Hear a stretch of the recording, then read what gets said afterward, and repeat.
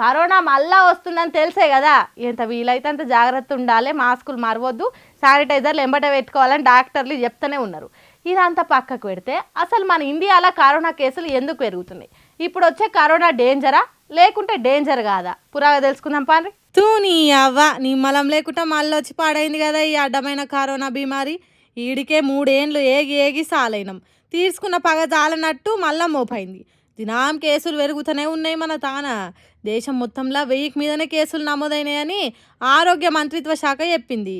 అయితే ఇప్పుడు కోవిడ్ కొత్త వేరియంట్లను NB.1.8.1 LF.7లను మన దేశంలో గుర్తించిర్రట. వేరే దేశాలతో పోల్చితే మన తాన జర తక్కువనే ఉందట. అయినా కూడా దాన్ని నమ్మలేం కాబట్టి ఎంత జాగ్రత్త ఉంటే అంత మంచిదని డాక్టర్లు చెప్తుర్రు. మునుపు వచ్చిన కరోనా వల్ల టీకాలు తీసుకున్నాం కదా, ఆ టీకాల వల్ల వచ్చిన రోగ నిరోధక శక్తి మెల్లమెల్లగా తగ్గుతుండేసరికి కేసులు మళ్ళా పెరుగుతున్నాయట. ఇది ఎక్కువ రోగ నిరోధక శక్తి తక్కువ ఉన్నోళ్ళకే వచ్చే ఛాన్సులు ఉన్నాయట. దీనికి సోపతి ఇప్పుడు కాలం మారింది కదా, వానలు షురువు అయినాయి, ఎక్కడ లేని వైరస్లు నిద్రలేస్తాయి, సీజనల్ ఫ్లూ, వైరల్ ఇన్ఫెక్షన్లు పెరుగుతున్నందుకు కరోనా వస్తుందట. ఎంత డేంజర్ కాకపోయినా ఒకవేళ బాడీ సహకరించకపోతే తప్పది. అందుకే ఎంత జాగ్రత్త ఉంటే అంత మంచిది. మాస్కులు మూతికెళ్ళి అసలే తీయకుర్రి, చేతిలో ఎప్పటికీ శానిటైజర్లు వాడుతూనే ఉండుర్రి, మంచిగా బలం గల తిండి తినుర్రి, జర్ర వానలు వచ్చేదాకా ఎట్లనో అట్లా బయట పడితే చాలు.